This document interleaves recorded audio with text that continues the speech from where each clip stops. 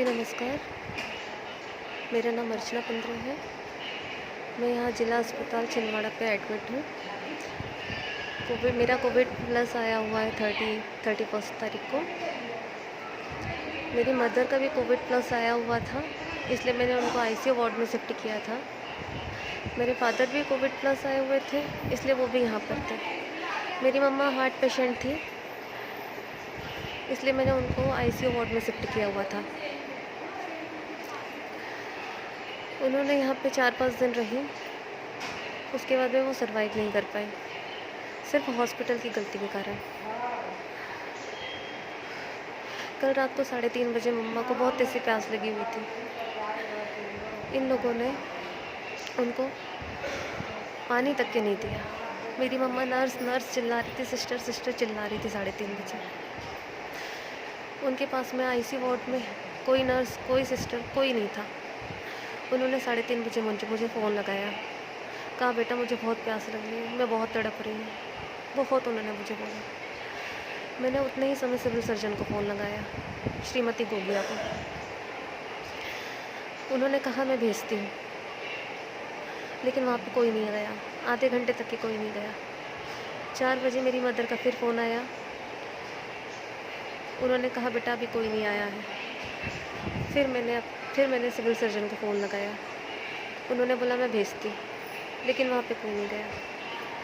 उसके बाद में मेरी मदर ने प्यास से तड़प कर जान दे दी अपनी, सिर्फ हॉस्पिटल की लापरवाही के कारण।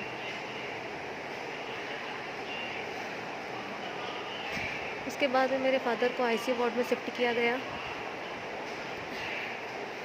उस दिन नाइट पे एक कोरोना पेशेंट को आईसीयू में शिफ्ट किया गया था। वेंटिलेटर ऑक्सीजन लगाया गया था। उसका वेंटिलेटर का पाइप निकल चुका था। मेरे फादर ने वहाँ पे वार्ड बॉय जो था उनको कहा कि आप इनका ऑक्सीजन लगा दीजिए। उन्होंने मना कर दिया, बोला कि आप ही लगा दीजिए। मेरे फादर को मेडिकल की कोई भी जानकारी ना होने की वजह से वो नहीं हेल्प कर पाए उनकी। उन्होंने बहुत रिक्वेस्ट की कि आप लगा दो, लेकिन वहाँ पे जो भी था उन्होंने नहीं लगाया। उसके 1-1.5 घंटे के बाद में उस व्यक्ति ने अपनी तड़प कर जान दे दी। क्या कहूँ, जान दे दी या इन लोगों ने जान ले ली? क्या यही है यहाँ की व्यवस्था? क्या यही है यहाँ की व्यवस्था? साधारण व्यक्ति, हर कोई अस्पताल पे डॉक्टरों को भगवान समझकर यहाँ आता है। सोचता है कि हम यहाँ पे आएंगे, इनके भरोसे हम ठीक होकर जाएंगे। क्या इस तरीके से यहाँ की व्यवस्था है कि यहाँ पे हम लोगों को अपनी जान की कीमत चुकानी पड़ रही है? हम लोग विश्वास कर हॉस्पिटल आते हैं। इन लोगों ने मेरी मम्मा को तो छीन लिया। मैं अपनी मम्मा को नहीं लेकर आ सकती, लेकिन काश शायद मेरे इस वीडियो से दूसरे लोगों की जान बच जाए।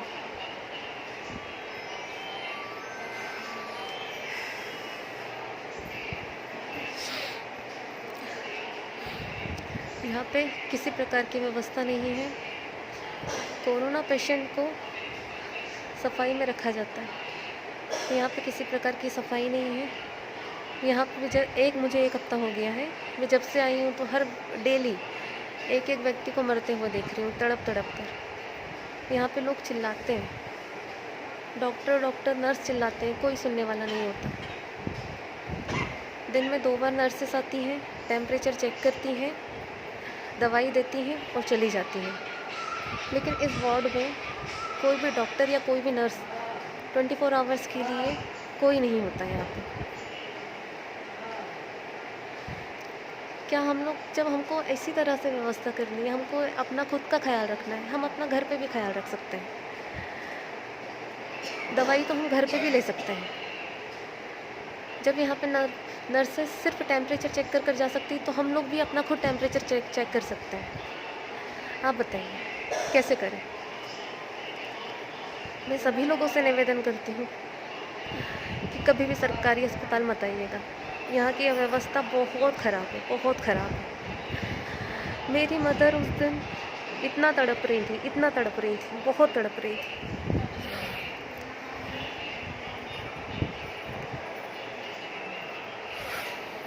बहुत तड़प रही थी वो, लेकिन उन्होंने पानी तक के नहीं दिया उनको।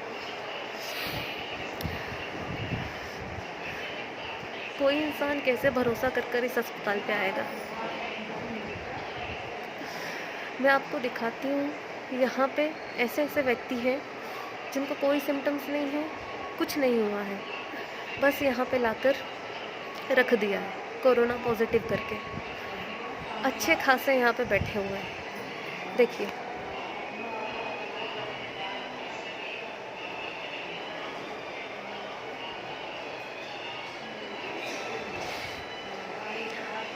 यहाँ पे एक दो पेशेंट ऐसे हैं जिनकी हालत बहुत कंडीशन ख़राब है, रात भर वो लोग तड़पते हैं, लेकिन यहाँ पे ना कोई डॉक्टर होता है ना कोई नर्स होती है। उनको आईसीयू वार्ड में तक के शिफ्ट नहीं किया गया।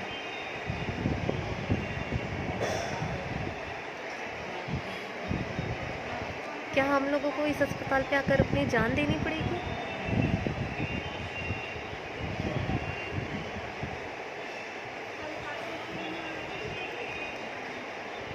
बताइए आप ही लोग, कैसे कोई इंसान सरकारी अस्पताल आएगा? यहाँ विश्वास कर कैसे कोई आएगा? यहाँ पे मुझे 1 हफ्ता हो गया है, मैं रोज़ किसी ना किसी को मरते हुए देख रही हूँ। इसलिए मरता हुआ देख रही हूँ क्योंकि उनको कोई ट्रीटमेंट नहीं मिल रहा, प्रॉपर ट्रीटमेंट नहीं मिल रहा है। प्लीज़ आप सभी से निवेदन है कि हम लोगों को यहाँ से निकालिए, यहाँ की व्यवस्था ठीक करवाइए। आप सभी लोगों से निवेदन करती हूँ कि यहाँ की व्यवस्था को ठीक करवाने के लिए मेरी मदद कीजिए, प्लीज़। नमस्कार।